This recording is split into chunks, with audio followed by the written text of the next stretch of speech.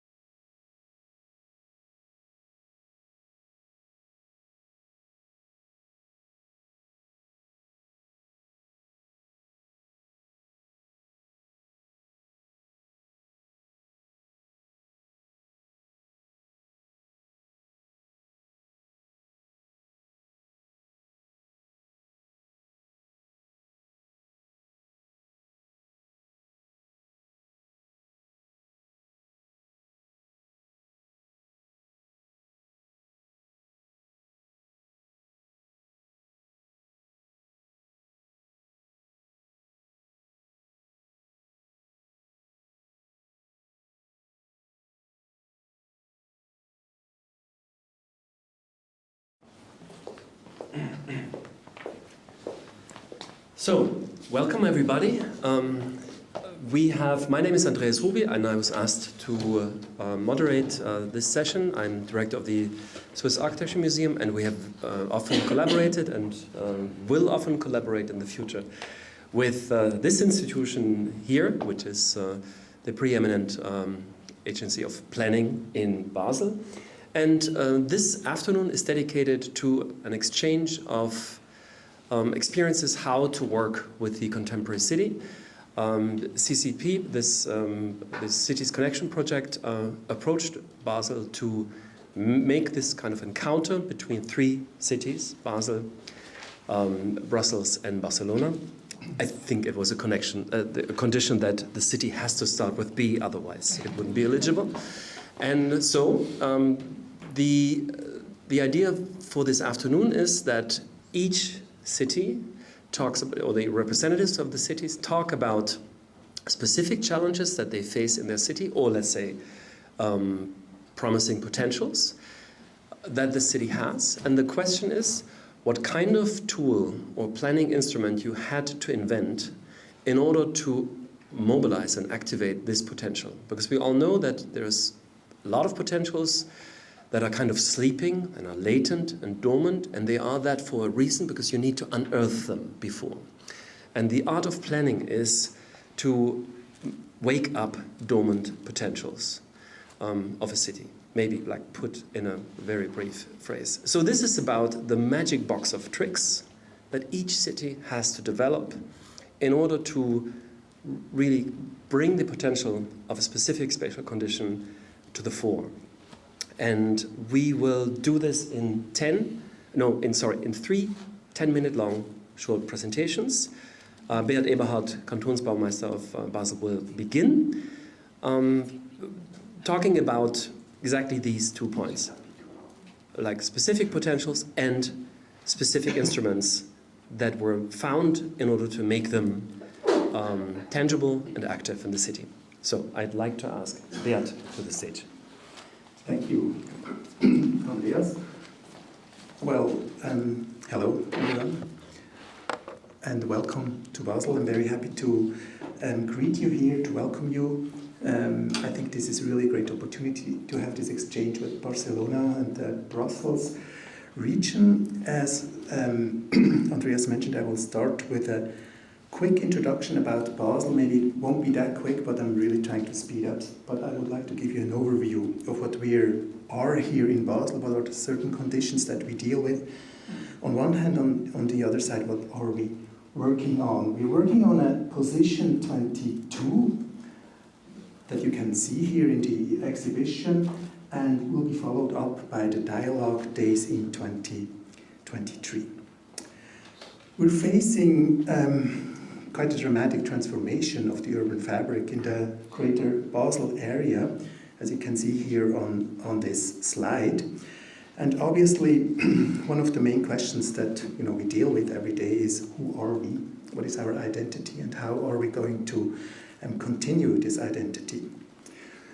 If we talk about our characteristics, what is very specific about Basel, then obviously and I think you probably all have realized that already, that is the very fragmented situation of different borders. And this is one of the slides that show very well how the Basel city divided with Basel country.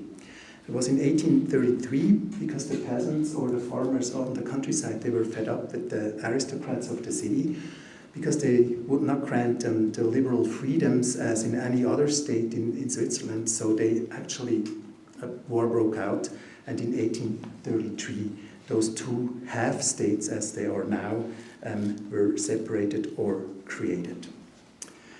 If you look at the main characteristics, I would like to show you just 6. I think with the growing complexity that we deal with, we probably should, reduce at some point. So I would only like to show you 6 main characteristics, starting with the A. Obviously, the Rhine is the reason why Basel exists. You can see here one of the first settlements by the Celtics in 380 after Christ was born. That's where the cathedral is located nowadays. Then one of the next characteristic, the B, I would like to tell you that the transport infrastructures, they are very much shaping this city to an extent which is also problematic because it divides obviously the urban fabric. I'm sure all cities deal with the same challenges throughout the world, but that's something we are really very considerate about. Then obviously in this very specific corner of Switzerland, right at the border to France and Germany, the transregional exchange is something that we deal with every day. It's intrinsic to the urban metropolitan area. There are more than 17,000 commuters, for instance, that come to Switzerland every day to work from France and Germany. It's something that's very normal here. Then the fourth characteristic is that diversity has grown to become Basel's foundation, and we're not just talking about diversity in terms of architectural styles or different eras, but we're obviously also talking of diversity in a social notion. Obviously people from all over the world living here nowadays, and they all form this city. Then we have a rich heritage of building culture. Building culture in this state, in this city, has always been something that's very, very important, that also people care about.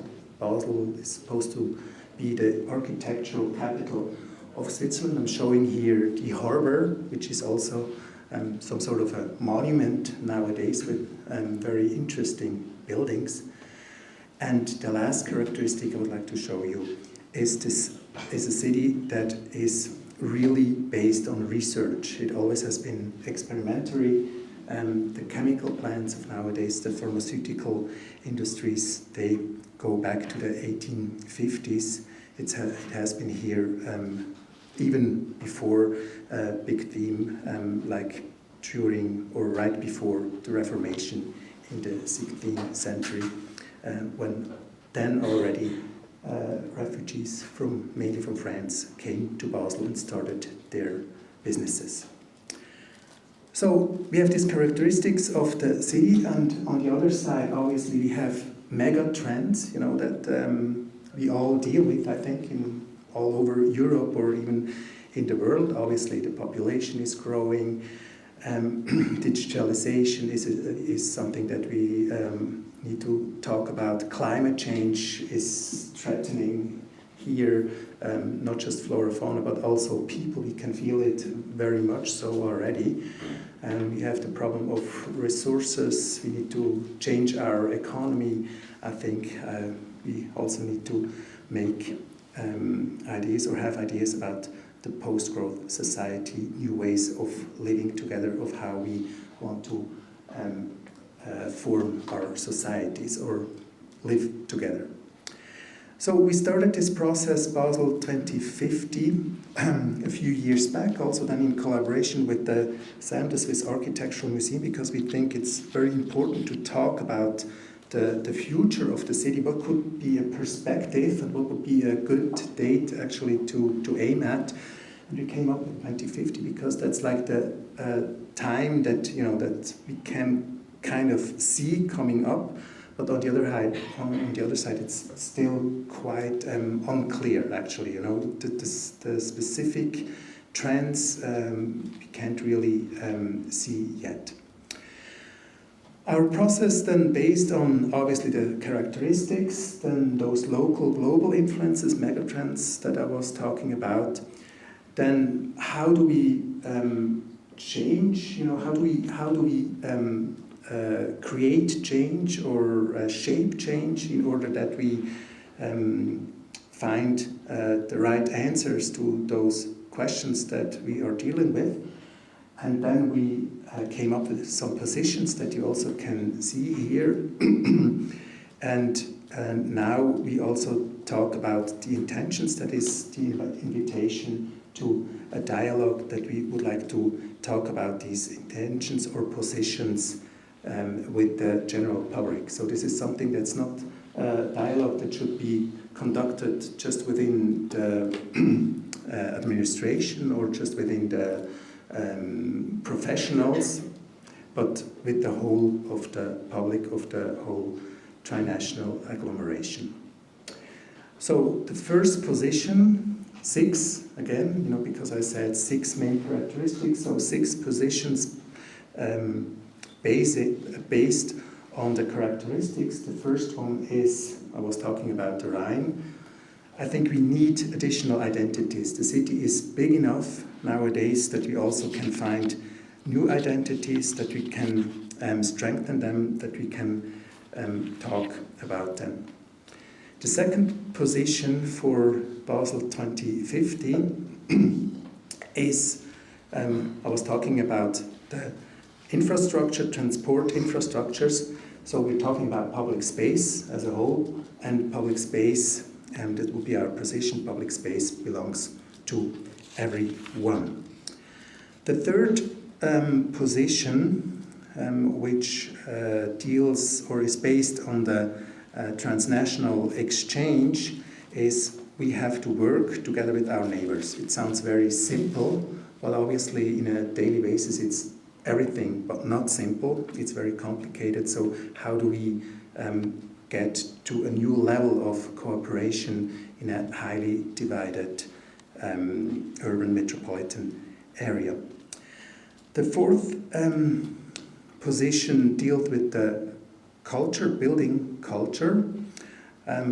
I think no lively city without participation. Obviously, participation nowadays is something that we deal with and want to deal with, is obvious, but I think we need to find new ways of actually talking with the people. Now that's the building culture. Before I was talking about the diversity.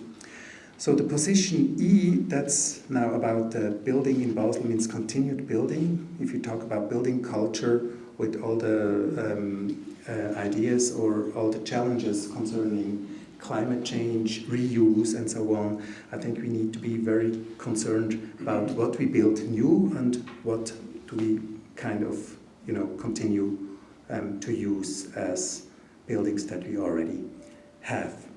And the last position, once again, that's based on the history of labs, of innovation in this city. We have a lot of development zones that are quite big, that you also can see on the city model, and I think we really need to use them as some sort of urban lab, where we also can experiment and try out different new ways of living and working together. And as I'm finishing up here, I would just like to show you one of our transformation areas right at the border to France.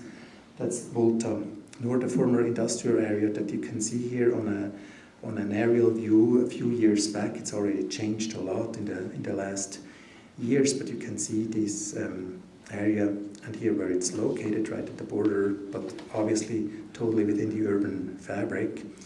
Here, if you take the position A, which talks about new identities, here we're finally trying the water and sponge city. I think a very extremely interesting theme. I'm very happy to see that, how it's evolving. Then public space, the position B, obviously public space belongs to everyone. That's something that's very much of a key interest here in this development. And then finally, the position E, which means continued building. I show you here the new school that has been located in a former warehouse, where we just built a school in a former warehouse, so did not destroy the whole building, but continued building, and I think it's a fine example of reuse. So that's the city, how as you look at it, the traditional city, or the city as, most of it presents itself today, and that would be my intro. Thank you. Now I'd like to give the word to Andrea.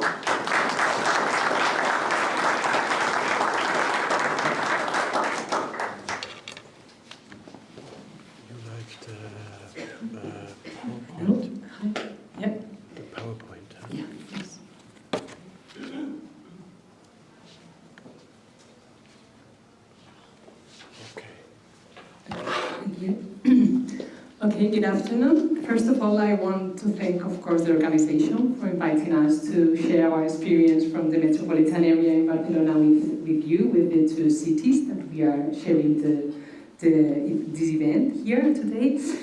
I am Mireia Peris. I am the head of the office which is working on the Barcelona Metropolitan Master Plan. We have been working on it for almost 6 years, and in our case, our plan is quite special, I would say, because it has a very special scale. We have a regional planning coming, which was approved 12 years ago in 2010. And we have also a zoning plan for the whole metropolitan area, which comes from the 70s. So our master plan is a kind of is in between those two scales. So we have to follow in some way the determination for the regional planning, but at the same time we have to be like a kind of guidance for the zoning plan, for reviewing, of course, the zoning plan, because it's mandatory by law that we have, the metropolitan area has to develop another zoning plan in the coming years after the approval of our master plan. It's a little bit complicated, but it pushes us in a position that our plan has a strategic vision and a strategic approach, so to say, but at the same time we have to take into account the small scale in order to be a good roadmap for the zoning plan which is about to come. So for us, I guess for every public administration which is dealing with urban planning, we have to deal with emerging global challenges, and we have to find a way to meet them with the citizen needs. And of course, this answer is not coming just from one scale or one perspective or one approach, but totally the other way around. It has to come from a collective determination. It has to come from many different and diverse stakeholders, public and private. And that is why for us, we have a target with the master plan, which is to create a shared vision for the whole metropolis, because we want to ensure that in the future we are gonna have this consensus in which is the horizon, which is the guidance for all of us. So, well, in our case, I was telling you before, we face these challenges from a metropolitan scale.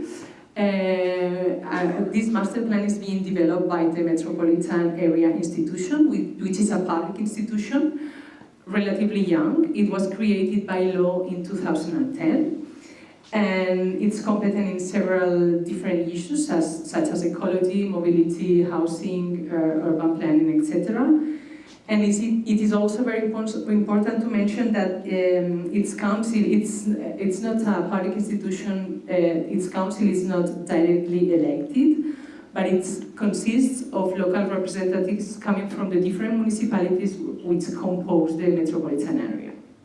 Actually, from this territorial perspective, the metropolitan area from Barcelona is one of the largest conurbations in the Mediterranean area, with 3.2 million people. And as I told you before, it's composed by 36 municipalities, very different one from each other. We have a very small one with 4,000 inhabitants, and of course we have Barcelona with 1.5 million people. And as you can imagine, the metropolitan area has experienced a non-stop growth in the last century, especially in the last 50 years, 60s and 70s. And it's important that our horizon in the plan, which is 2050, is pointing us out to a scenario where the population is still growing, as you have mentioned before, is also our case. But however, unlike the 60s or 70s, we are in another totally paradigm. We have very few empty plots in the city to be developed. So these expansion developments are totally over, and we have to face these challenges and meet citizens' needs from another totally different perspective, which is recycling, reducing, you already know. So especially due to this overlapping growth, many disconnection from the physical and social point of view have been created. Many barriers through open spaces, but also in urban fabrics. And this situation, of course, has brought deeper inequalities to the neighborhoods. And besides, we have new demands for facilities, green spaces, affordable housing. So we think and we know that more than ever, this new plan sharing or creating this shared vision and also a clear roadmap for the future, for the institution, for the metropolitan institution is also needed. So in accordance with what is established by the Metropolitan Law, which comes from the 2010, we are drafting this new master plan for the metropolitan area, which key point will be to provide a common frame for the urban transformations in the whole, and also for the green and blue infrastructure. And it implies to develop, of course, a strategy for the metropolis, but at the same time, we do need a new toolkit to review the zoning plan from the 70s and envision a new one. And because we really want the changes that we are expecting to be real. So we need to work again between these two scales. So based in this situation, the plan faces its main tasks based on three major challenges, which are ecological transition, territorial articulation, and livability and competitiveness. And in order to meet these challenges, we base the plan in these four basic lines. In the first place, we want to reinforce this polycentric urban system. As I told you before, we are dealing with 36 very different municipalities, so we want really to enhance the importance of having such a diversity. You were talking about it before as well. And we want to articulate this growth by a network of avenues and green corridors, as I will explain to you afterwards. In the second place, we want to preserve and protect the biophysical matrix and the ecological system that which is brought to the neighborhoods. In the third place, we want to arrange the urban settlements and fix this kind of guidance for the future zoning plan in order to ensure balance, cohesion, livability, competitiveness, etc. And finally, we have to provide these major infrastructures that will help us to think about in a more efficient way about urban transformation in terms of mobility, water supplies, waste, etc. So I follow the rules that Andrea gave us before, so I'm not going to explain you the whole plan, but we have selected, together with the people in the office, we have selected which are the three proposals that we think are the most triggering ones. Because we think, I will explain you afterwards, but these three proposals for us are going to be the most transformative ones. This morning I was talking to Paolo and I was trying to justify why I'm not going to explain these opportunities development areas in the city, because of course we have it. But I think the important thing for us is to allocate them in a strategic position to guarantee the quality of the developments, etc. So I haven't chosen those, but the ones that you have on the slide. From the polycentric urban system, we choose one element which is very strategic for us, which are the metropolitan avenues. From the second line that I explained you before, I want to share with you the vision that we have for the green infrastructure. And finally, I want to explain you the process or a kind of toolkit or strategies that we have to ensure a mixed-use city. So what are metropolitan avenues? So metropolitan avenues are human-scale streets that cross the metropolis and connect urban centers and help to create those cohesion all around this track. Most of them are historic roads, that's probably is happening also in other cities, which have been designed from the car perspective, and they have become barriers which, more than connect neighborhoods, are disconnecting them. And now we want to transform these highways. Of course, not all of them are highways, but most of them. We want to transform them into streets to be the main challenge for the public transport, active mobility, and city life. Therefore, the master plan prioritizes urban recycling growth all along its track in terms of transport-oriented development, and we especially allocate these new developments on the junctions, on the crossing of the big avenues. We have 10 big traces that are crossing all the metropolis, and for us it's very important to give them their role and a strategic role in order to articulate all the other proposals. Obviously, the public realm that we are envisioning is very diverse, as they are crossing different municipalities, urban fabrics, etc. But we are thinking about active, livable, inclusive space, which take care, of course, about social and ecological ecosystem sciences. But furthermore, we want the plan to set a kind of roadmap for guiding its transformation. We know that the transformation is going to be very, very complex, and we want to reach this consensus, and we want the plan to be a kind of excuse to put everybody on the table, around the table, and try to figure it out. How can we imagine these spaces, and what we have to do to get the expected urban changes for real. So we come from a road network designed to maximize the flow of vehicles, and we are pointing to another kind of network which wants to maximize the flow of people.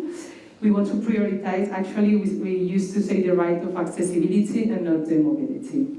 And of course, we don't want to destroy all this infrastructure. We are going to use it to rethink, to transform them, and to be able to make the most of it from another more human scale perspective or approach. In the second place, this network composed by avenues is running in parallel with another network composed by green corridors and metropolitan park. These green corridors are routes that connect urban tissues and provide them, of course, ecological qualities to the neighborhoods. But at the same time, they connect neighborhoods with big open spaces that you can see here in the middle of the metropolitan area, which are large forests that we have, and of course with the big coast side that we also have in Barcelona.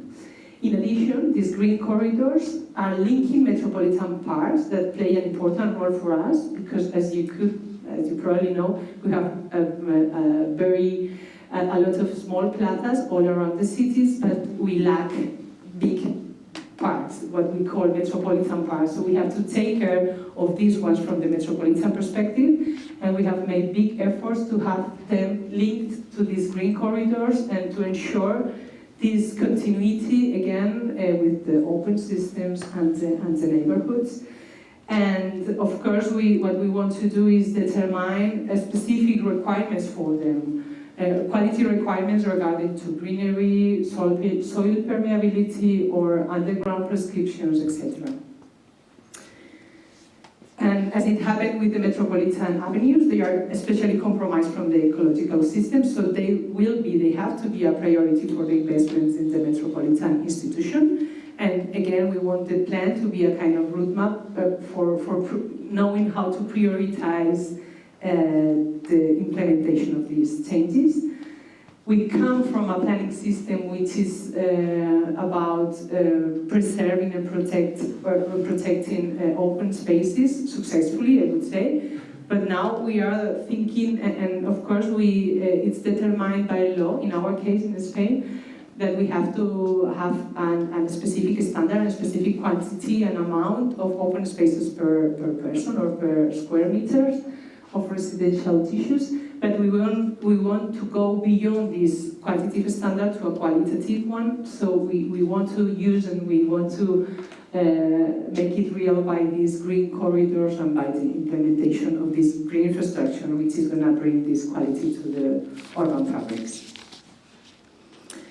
Finally, the third goal that we have picked up is how to define a framework, a legal framework that will help to ensure a mixed-use city in a flexible way. As I told you before, we have to be the guidance for the zoning plan, so we had to invent, in some way, a kind of way of regulate how to assign uses in the metropolis. So we have identified 4 main functions, which are the ones that you can see in the picture.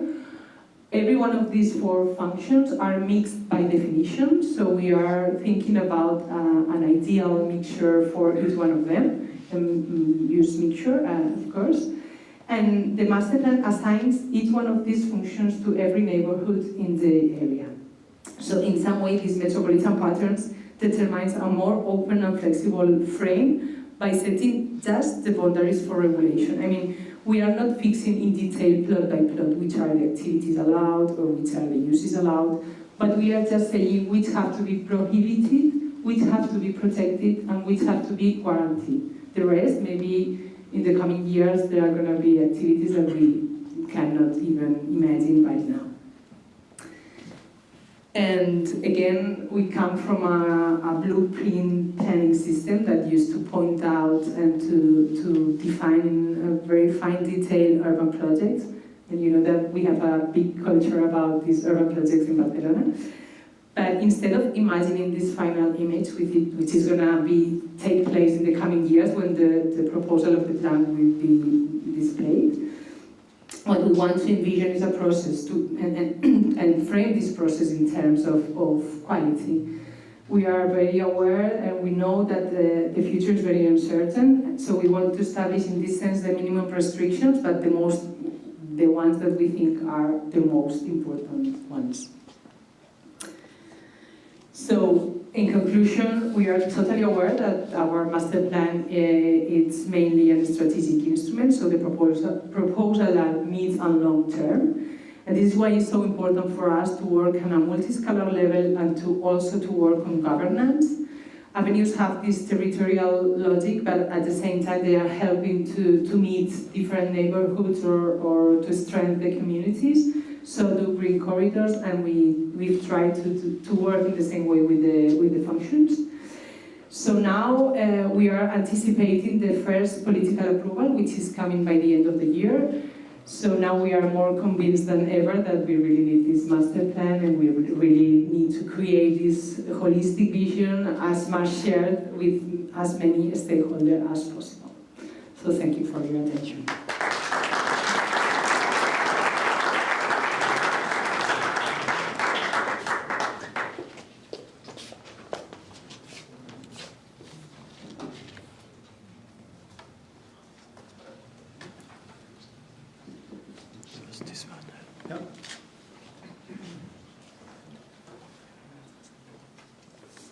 Should be very beginning.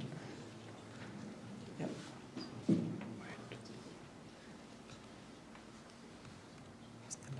We're gonna reveal the presentation. So.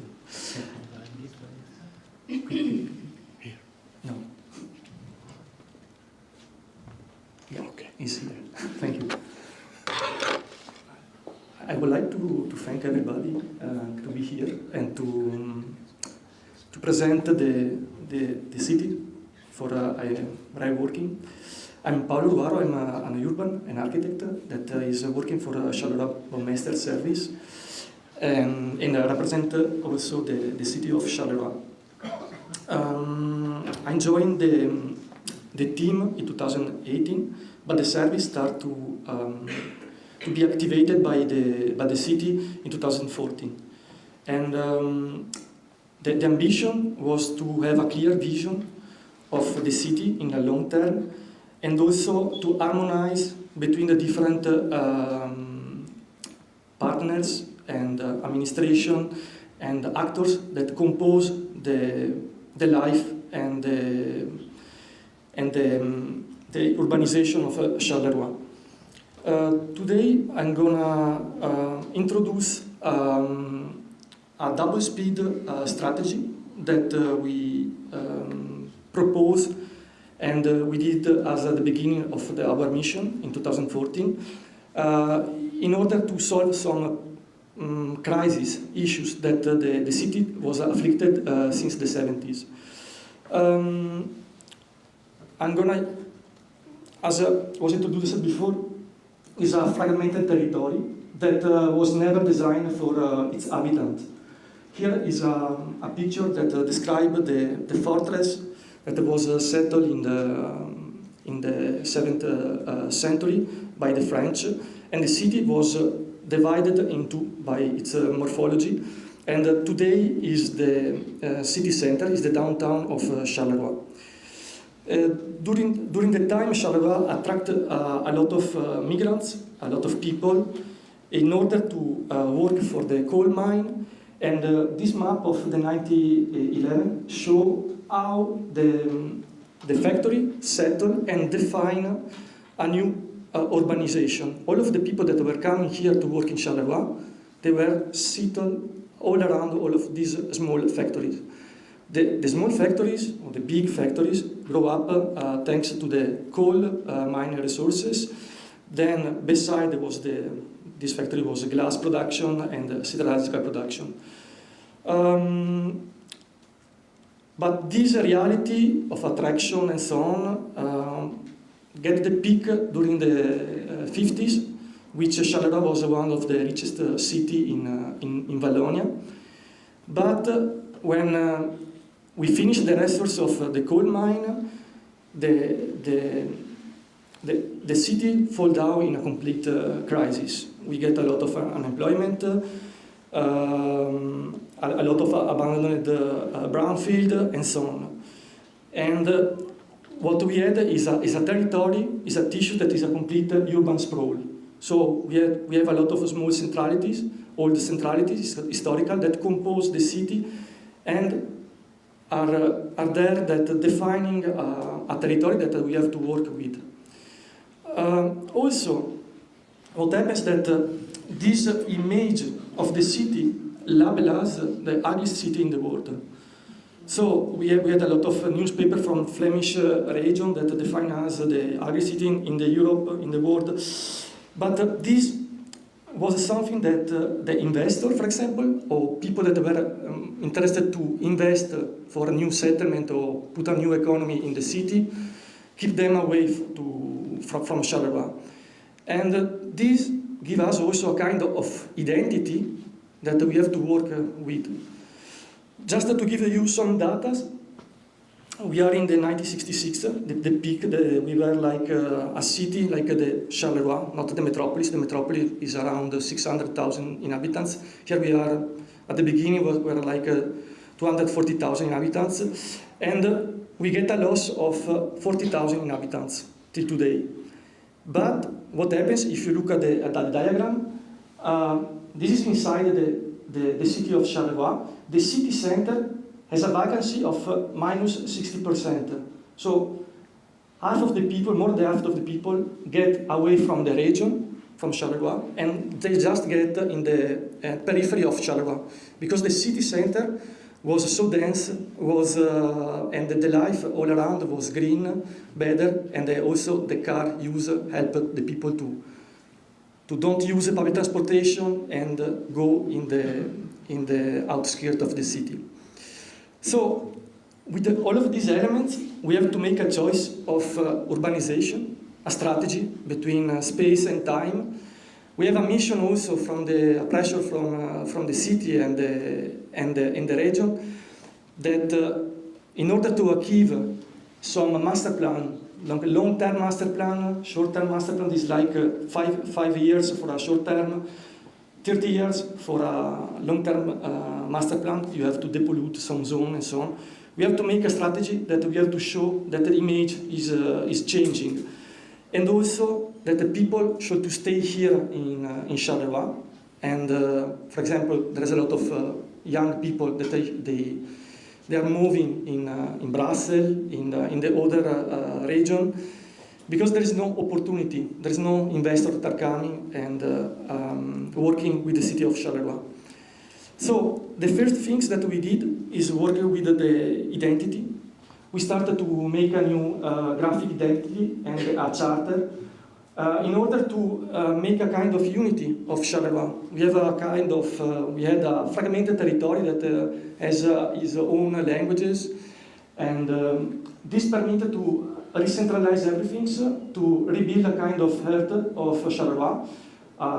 From the administrative point, there is a lot of associations that are using the logo, and we are using, for example, a charter for the urban furniture, for example, that we are going to give a kind of unique languages, and to see that we are in the same city. Communication, of course, how we present the shows, and also if there are growing up a new association, we are going to synchronize with this kind of graphic identity. But also, we make a kind of events of reconstruction of events. Sorry, we work with the event, with the DNA of Charleroi that was not a lot of publicity around it. And we work with the tradition, the contemporaneity, in order to attract people that they were like in the living in the surrounding, and also from other regions, in the sense to see and to say Charleroi is changing, is the time to come. Charleroi is not like this image of abandoned things, but something happens. And we were working in like 5 big events, and for example, here is one of them is the Carnival that is going to attract a lot of people, the citizen and also the inhabitants that are located in other regions. I was saying before, in a while we were like attending, giving some master plan and project. We focused first on the downtown, the city center, because had a lack of 60% of inhabitants. And we worked with the FEDER, or RDEF regional funding. We're using the regional European Development Economic Funding to develop all of these area. And what you see here is is not the densification, but is the development of some of communal amenities and also the urban space. Together we are involving some private to invest in order to densify and give a new programmation of the city center. The city center has a lack of inhabitants. As I told, it has a lot of vacancy. The houses are abandoned. And for us, the programmation is working all around the student life that at the moment, and the creative production that at the moment Charleroi is a part of a consortium of the university and has not our own university. What is happening all around of the other cities. And for us, it's important to introduce the population of students in order to mix it up with the actual inhabitants and start with the different temporalities. And also the dimension of the city center is surrounded by a motorway ring, is 2 kilometers by 1 kilometer. And for us it's important to reduce the car footprint. And the tissues has a very nice dimension for the student life, but also for families and the people that are living there. At the moment, Charleroi here are living just the poor people or people that are abandoned, or there are a lot of public buildings that are still in renovation or in a bad state. Here is the lower part of the city is along the river Sambre, the canal, and what we did here is working the down part in order to give a new entrance to the city. There is the ring, but also there is the train station that is the main entrance. And all around we started to put some particular densification. We use a tower densification in order to make a buffer between the big infrastructure, but also to let more public space all around this zone. Also we open the canal, we make a marina that give also a blue surface that is not the case in this moment. This is one project that I'm going to show you some projects that are on pipe, realized that they are going on. This was a parking in front of the river, and what we did is just reduce the car footprint, and we started to make a public space just beside a regional bike lane, and is very livable, and it was the first step to make the city livable. Also, when we work with the public space, we also attract some investors. Here we have 2 buildings. One was a modernist that we have the money to refurbish it.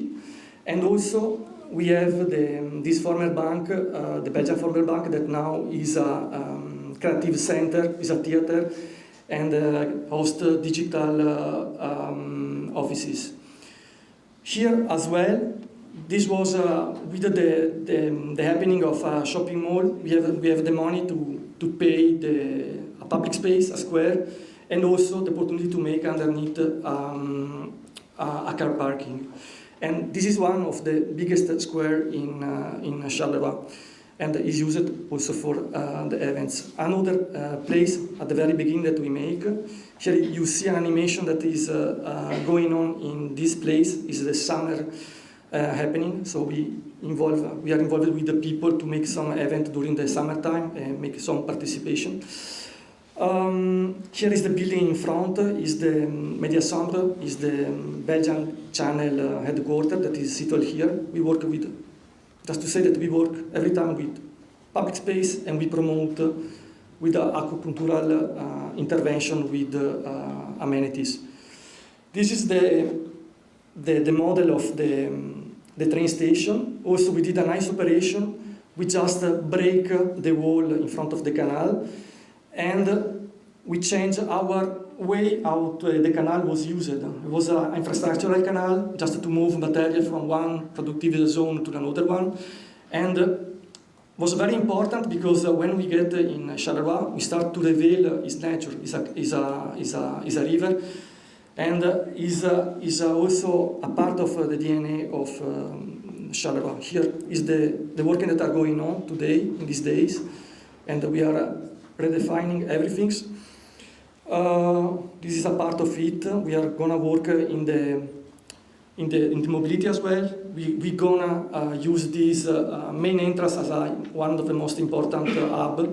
We gonna use the station of the rapid transfer bus, but also the metro system, and then the train system.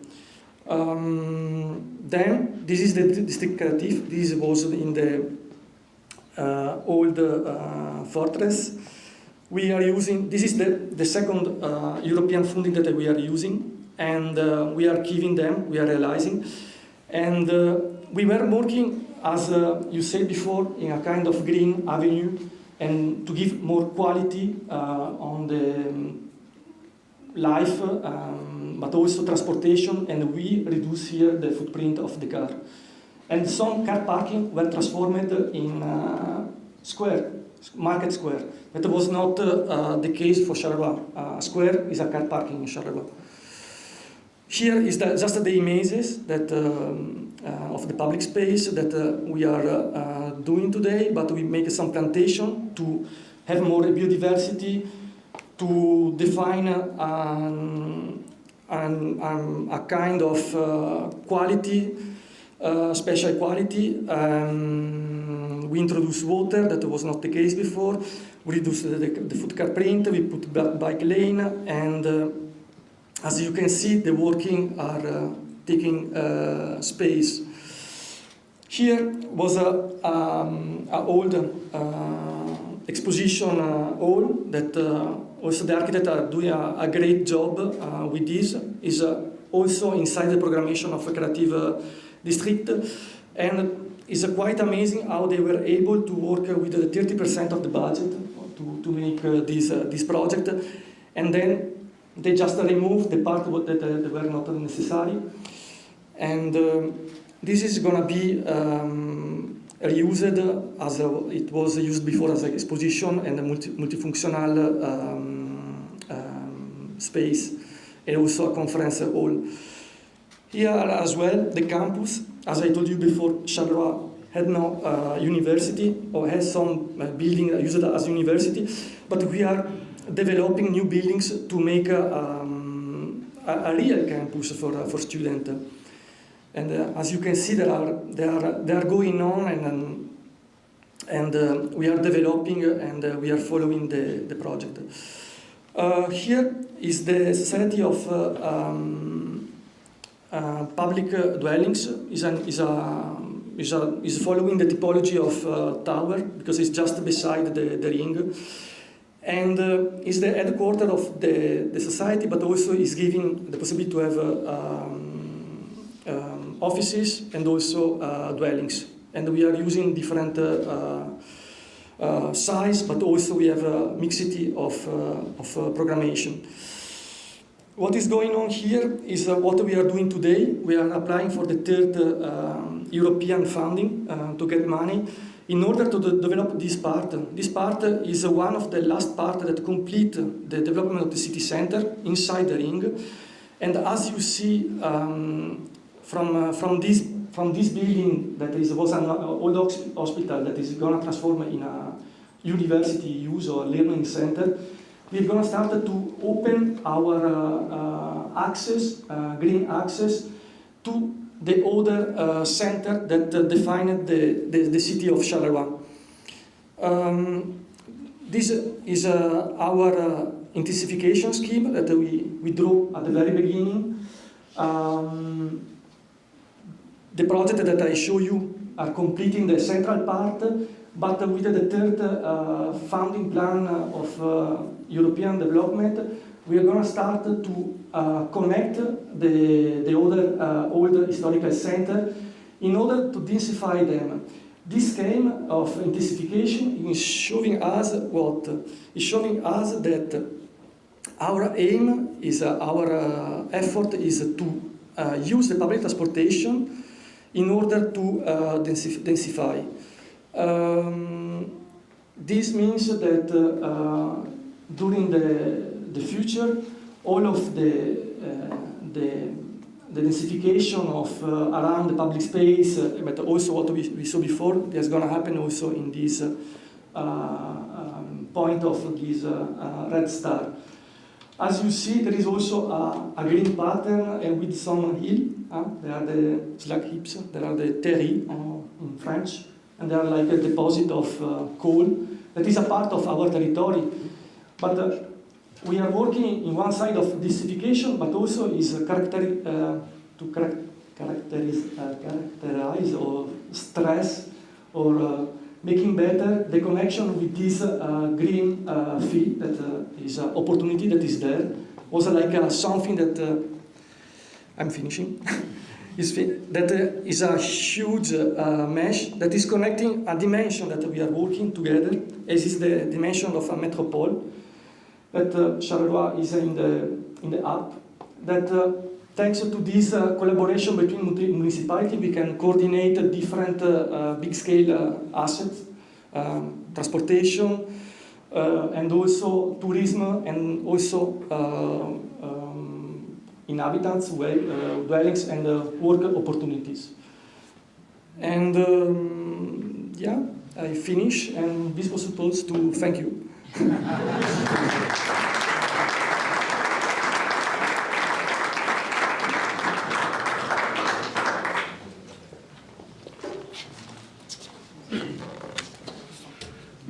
Please take a seat. Thank you.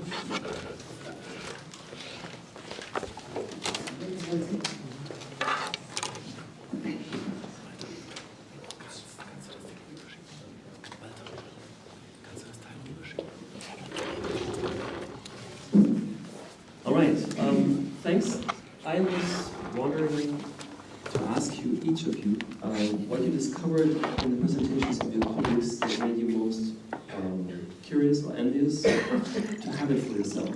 So is there anything that you discovered, okay, this would be quite useful thing to have? Why don't we have it? Could we have it? Yeah. What? Yeah, I can start right away with Barcelona. Because it's really impressive how we have this big scale thinking. I think that's something that's more or less lacking here in this country. Because the federal government is not really, working on urban issues. It's more like the infrastructure themes. And historically, that's the duty of the communities, the cities, and to some certain levels of the states, cantons, to work on those, big scale master plans. And I think that's definitely something we should have for our big cities, be it Basel, Zurich, or Geneva. So the canton fusion with Basel is still on the agenda? For sure. All right. Maybe. You want to Well, I just can say that it's true that we are lucky that for having a public institution who is taking care of this big scale. Actually, we are the only metropolitan public institution in the whole Spain. Okay. And besides, we have these competencies on urban planning, which is very, very rare, also in our context. So sometimes I think we are not enough aware of this lucky thing for us, because for us and for the whole, I mean. So now we have a big opportunity because we are covered by this law from the 2010, and we have to make the most of the competencies that we are embodying, you know, as the metropolitan institution.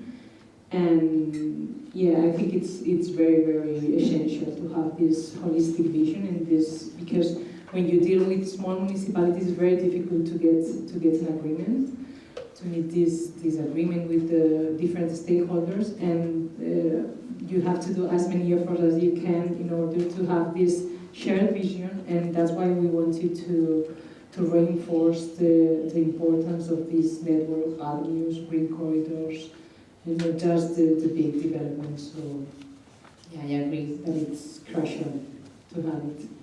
Is there any time that situation that these smaller municipalities that are maybe in the fringe of your whole master plan territory feel overpowered by the core of Barcelona?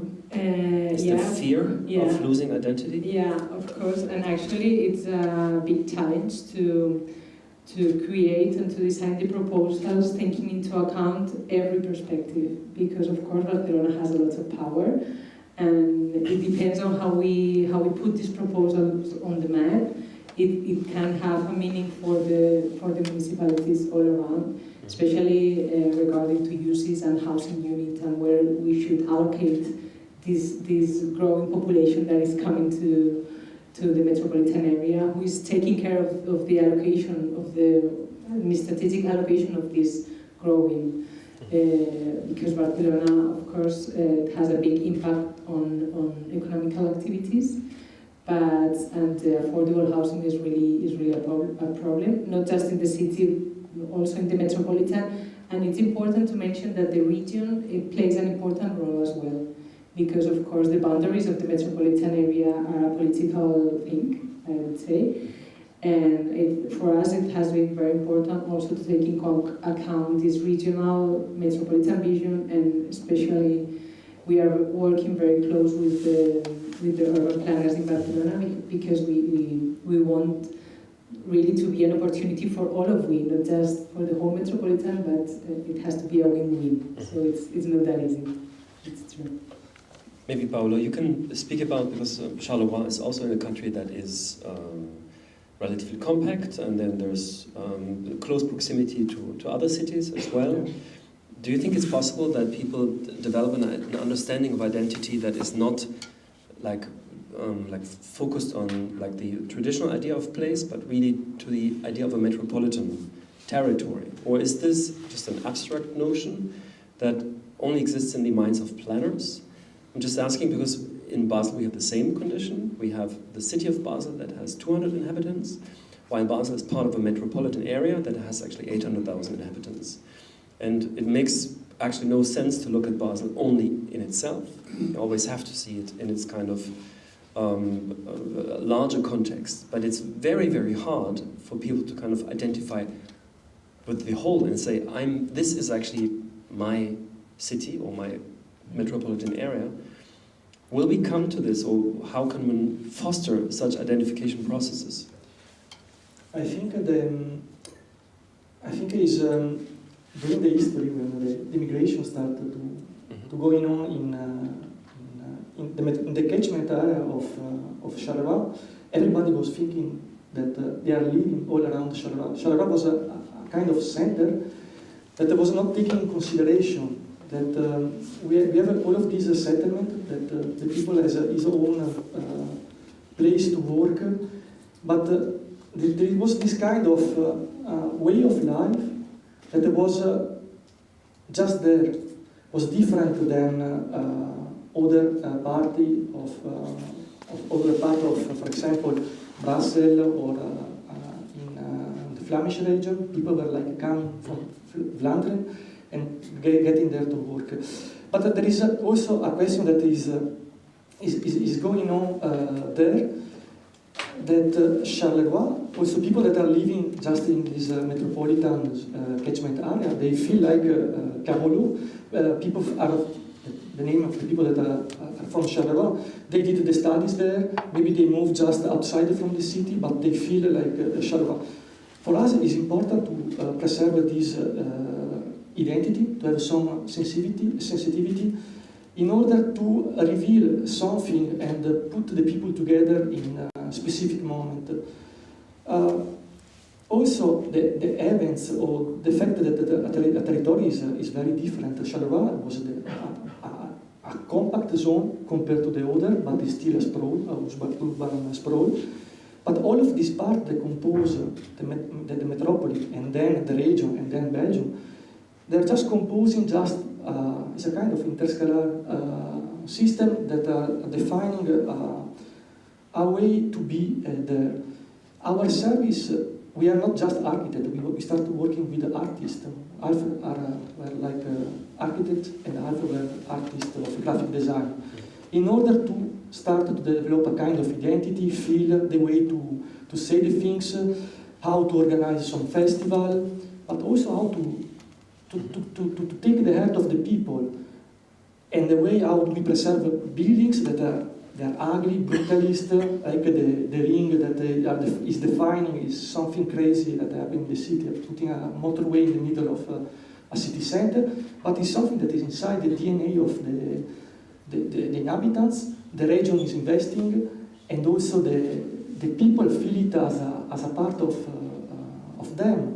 The terri, the slag heaps as well. Now they are a natural reserve.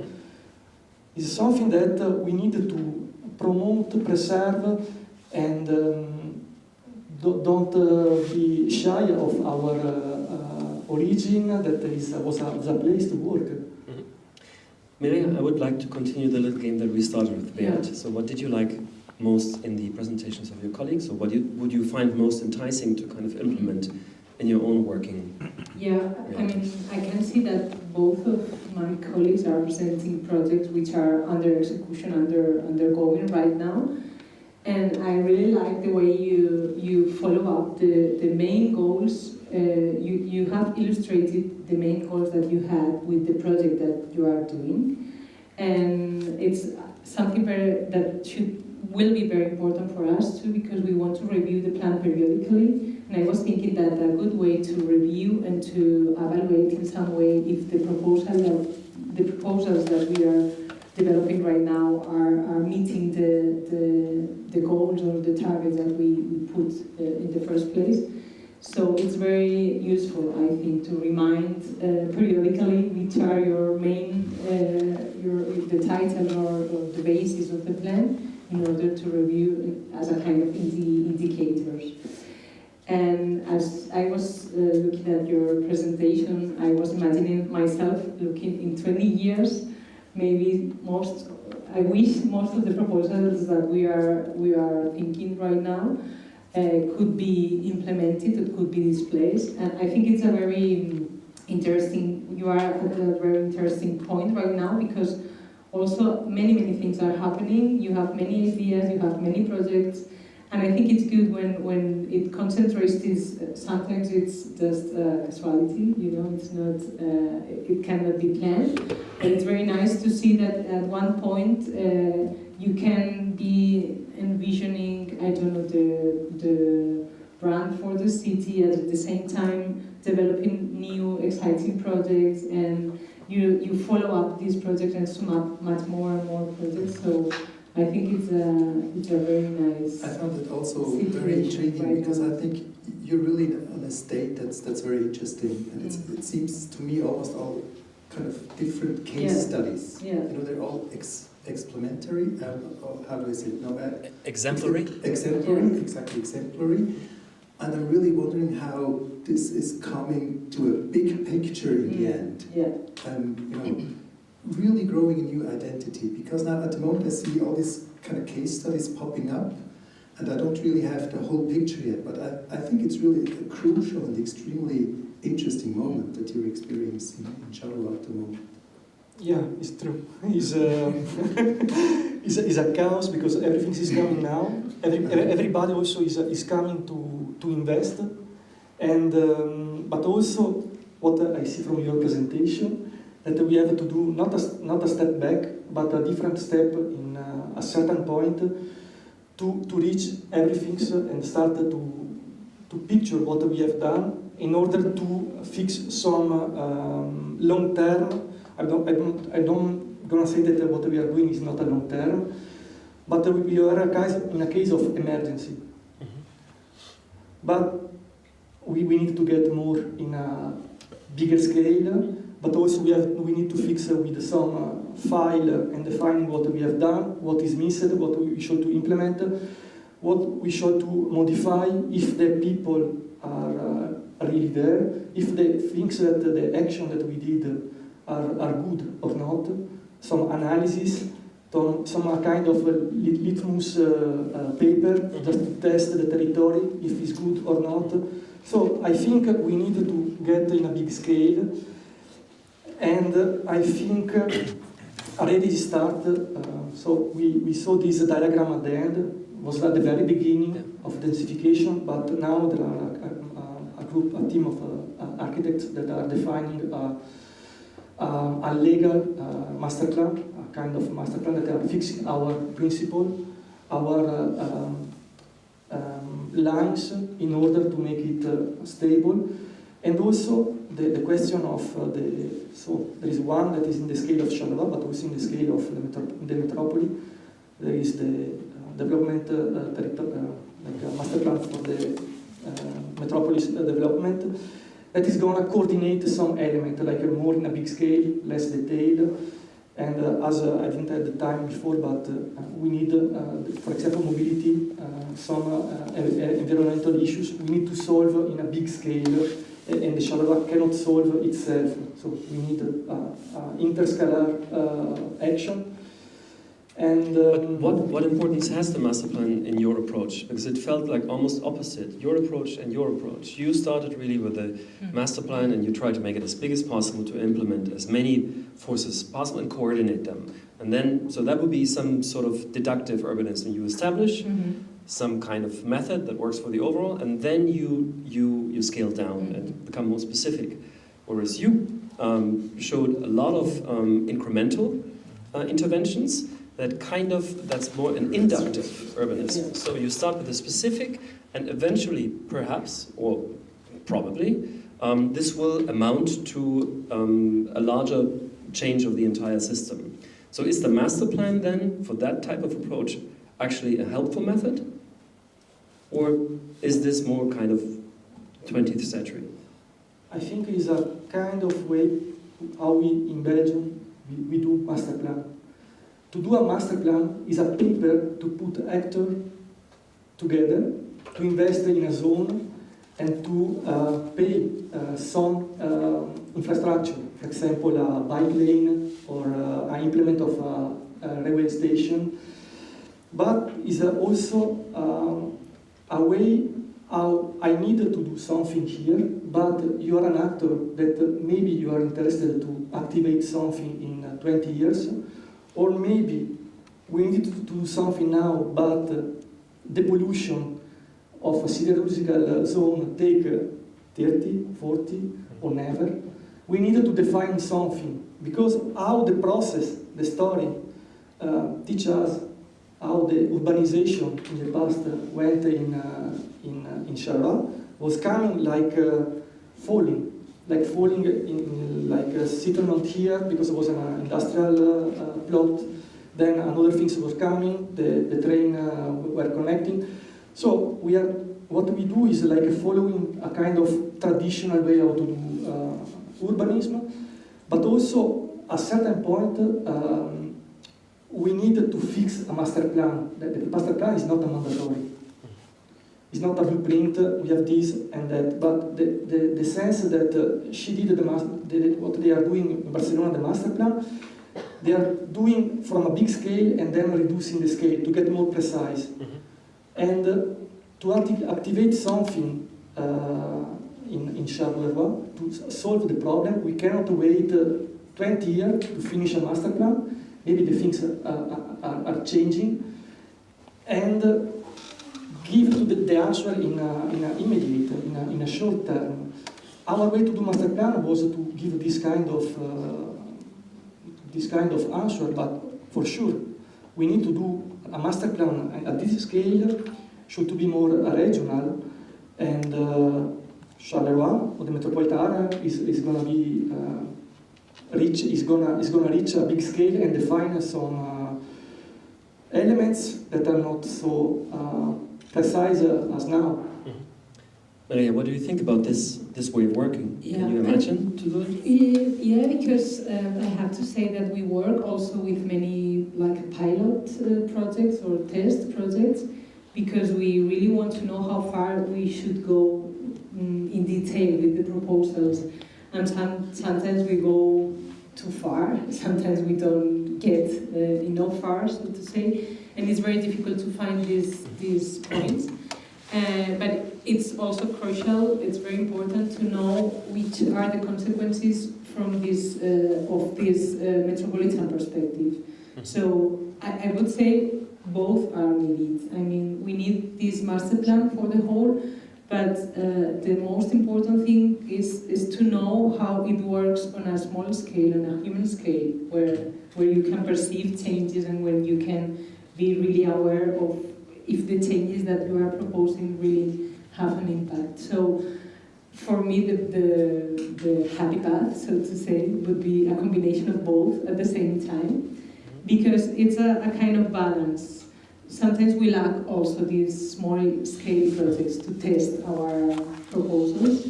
So if I would start again the plan, that maybe a combination of the both scales together would work.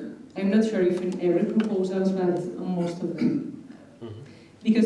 But I have to say also that while, I mean, we are working on this proposal for many years, for 6 years, as I told you at the beginning, but something is already happening right now. I mean, there are some awareness, a kind of awareness, for example, regarding to metropolitan avenues, which is happening right now on the territory. Some of them are starting to wake up, so to say, because municipalities have heard a lot of metropolitan avenues.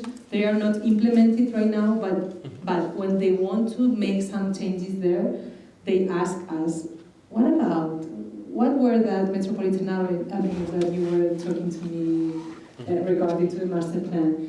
And they try to put them together, so something's happening right now also in the small scale, because I think we use these both approaches to design the proposal, so yeah, kind of balance.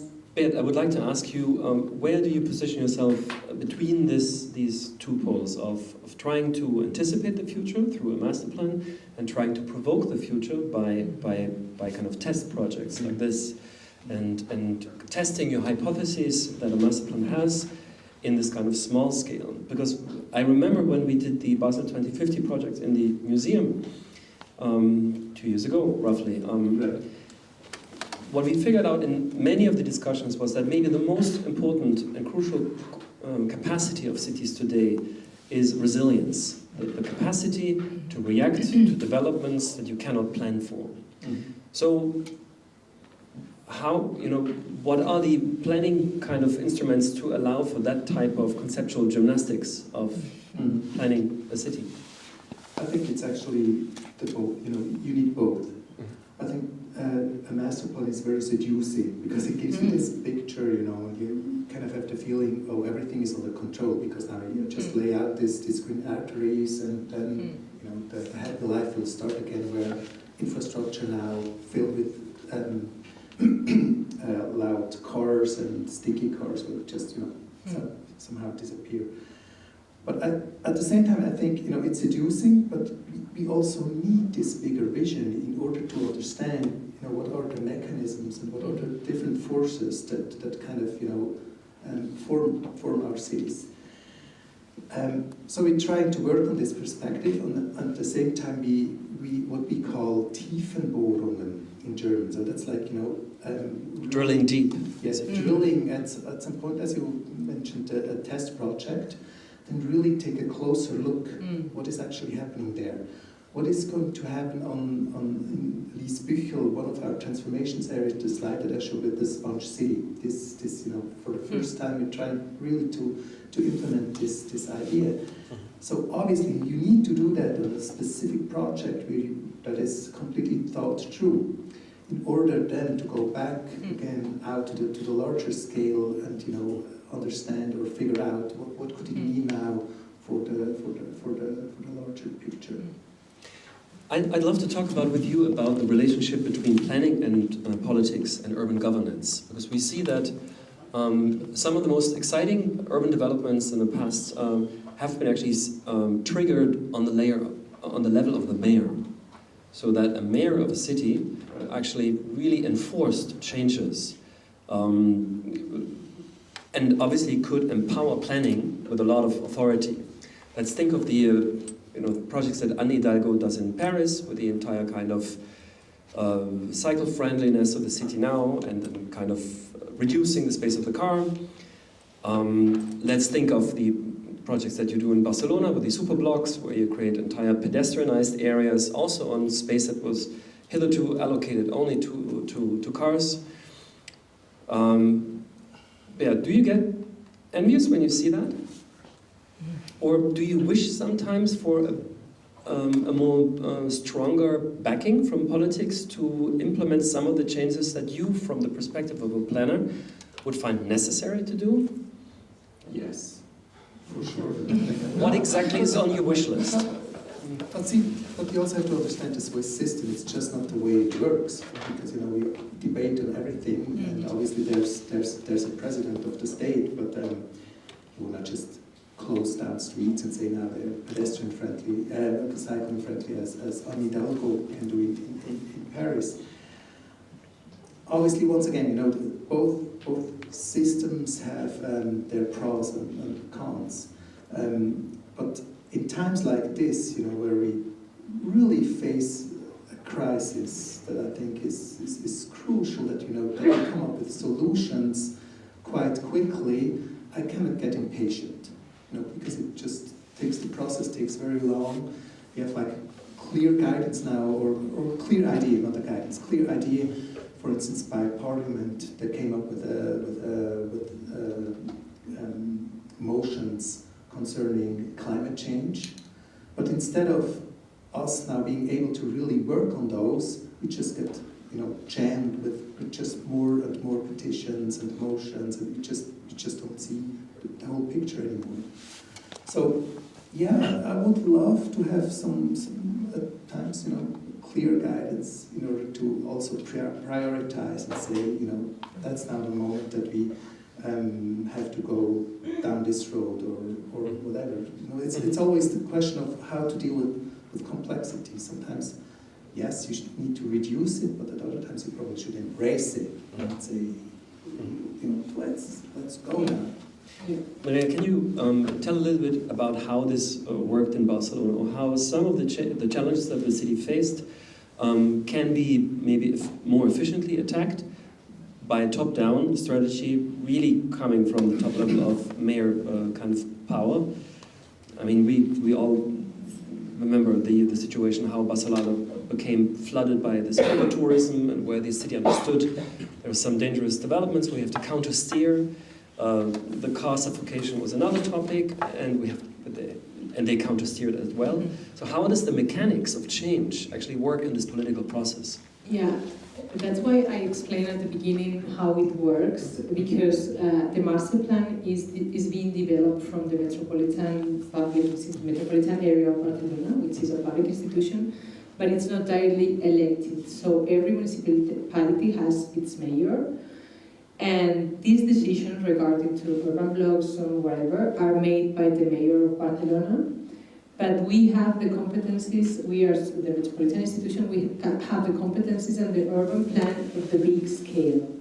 So the decision making is quite separated in this sense. In our case, regarding to the master plan, we really have the commitment of the Metropolitan Council to the, I mean, we agree on the need that about this master plan that we are drafting right now, and that has helped a lot to the office of the master plan in order to develop in a very free way the proposals of the plan. I would say it's much easier to get a consensus on this big scale than on the small scale, as you were telling before.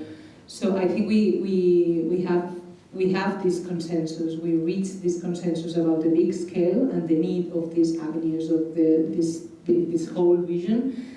And now we have to work hard on how to envision and how the decision making has to be done, and how the different political forces coming from the municipalities play a role in the implementation of the proposals, because we fear sometimes that the plan could stay on the paper, you know, if nobody is taking, you know, the commitment to apply to display these proposals. I hope it's not gonna be like this. But now, that's why I was telling in my presentation that the most important thing for us are the multi-scale approach, and also the designing of this true infrastructure. I mean, this governance importance. If we really want the master plan to be a roadmap for prioritizing precisely the action that has to be done. So it's a hard work, and let's see how it ends, and how we can fix it, or how we can determine or establish it in the master plan in order to be effective, to the proposals to be effective. Paula, I'd like to have your view on this type of relationship between planning and politics in Belgium, because there's one thing that really struck me. I once spoke with Xavier de Geiter, the eminent Belgian architect, and he asked me, if you look at the map of Belgium, you see a lot of sprawl. So there's like sprawl on the level of the entire country. And he asked me, do you think this is accident or this was a project? I said, well, it's probably an accident. I said, no, it was a political project. It was at the early part of the 20th century that the Belgian government actually feared uproar of the proletarian masses. And they realized from other cities in Europe, whenever you have big cities, there's a lot of workers, they can congregate and they can make a lot of noise and protest. They said, let's try to avoid that. How do you avoid this? You kind of explode the cities into sprawl. So that's quite kind of an interesting and cynical project. My question would be, do you see any kind of understanding, insight from the government level, kind of that this kind of decision was maybe problematic in terms of how we define density, ecological resilience of cities today? And is there like a political will to densify again and to concentrate footprints again, or is sprawl just the DNA of the territory of Belgium forever? It's a lot of things. It's true what he said, but you know, it's a kind of Belgian opportunism, how you urbanize. There are politicians, there are private interests, there are also people that doesn't know what they are doing, casualties. And I think is a dimension to say, let's densify what is more dense, and let's make more disperse or the sprawl. I think there is a kind of ecumene. Is it defined? You mean both at the same time? No, I think you densify what is dense already, and you make more dispersed what's already dispersed. I think it's difficult to lead the two. Let's say, let's work on the densification. Let's work on the sprawl. Let's promote the sprawl, and I think it's very difficult to take a decision by another, because the territory is already a sprawl. And make a densification, you can say just for example, in Basel, or like a big city that they are looking for what is very difficult, for example, for the mobility, or for example, for the climate change. They are densifying in order to open more green field, but also to reduce the car footprint.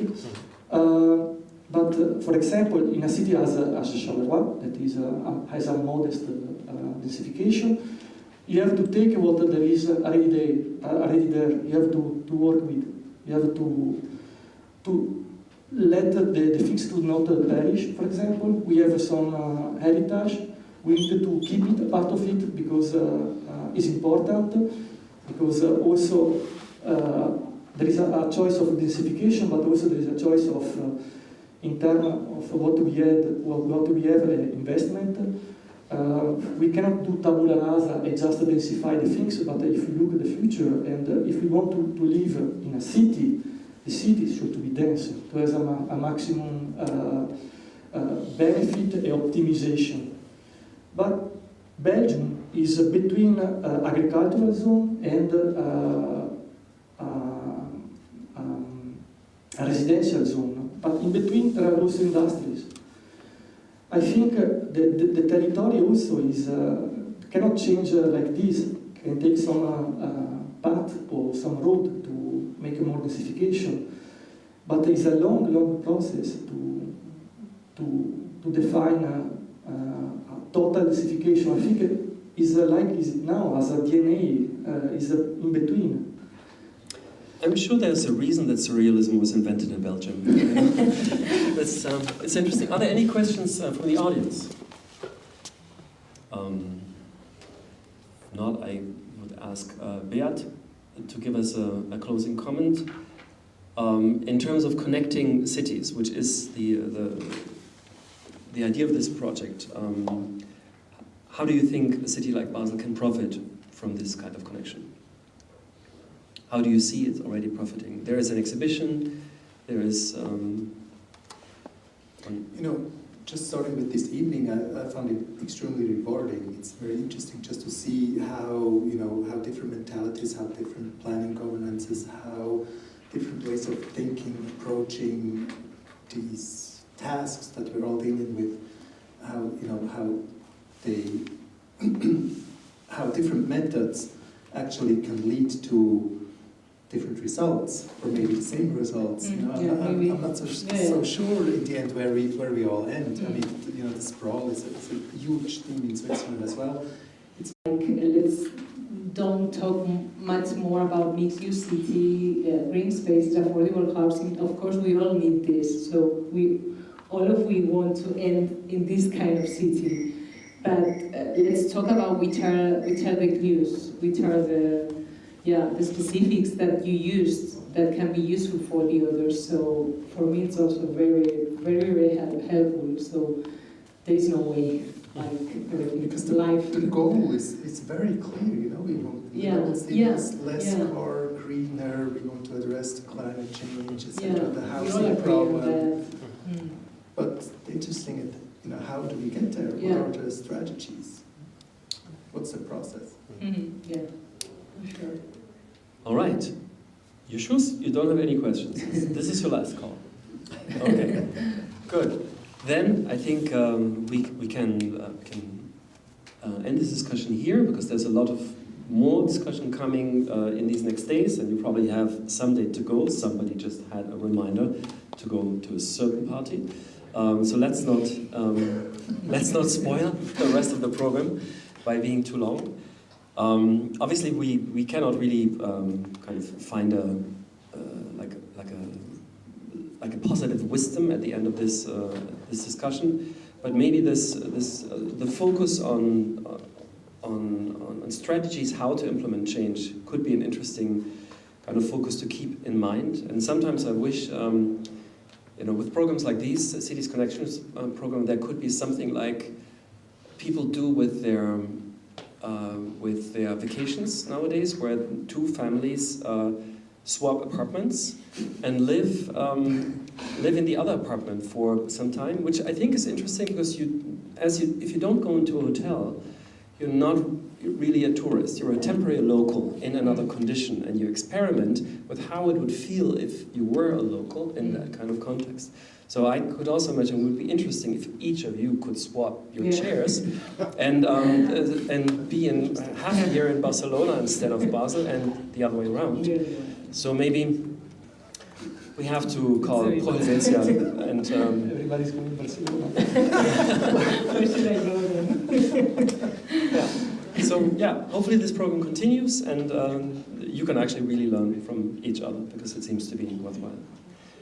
Thanks everyone, and enjoy your time. I can also tell you, if you are more interested in more cities than the ones that we had, which don't start with B, you can go to the museum that I work in, the Swiss Architecture Museum. We just opened 2 days ago an exhibition about Napoli, and really about the very special way how Napoli implemented a different way of modernist urbanism that was not based on the idea of tabula rasa. It's 5 minutes by walking from here, and you're very welcome. Actually, I'm going to give a tour at 6 p.m. for anybody that wants to come, and you're welcome. Good.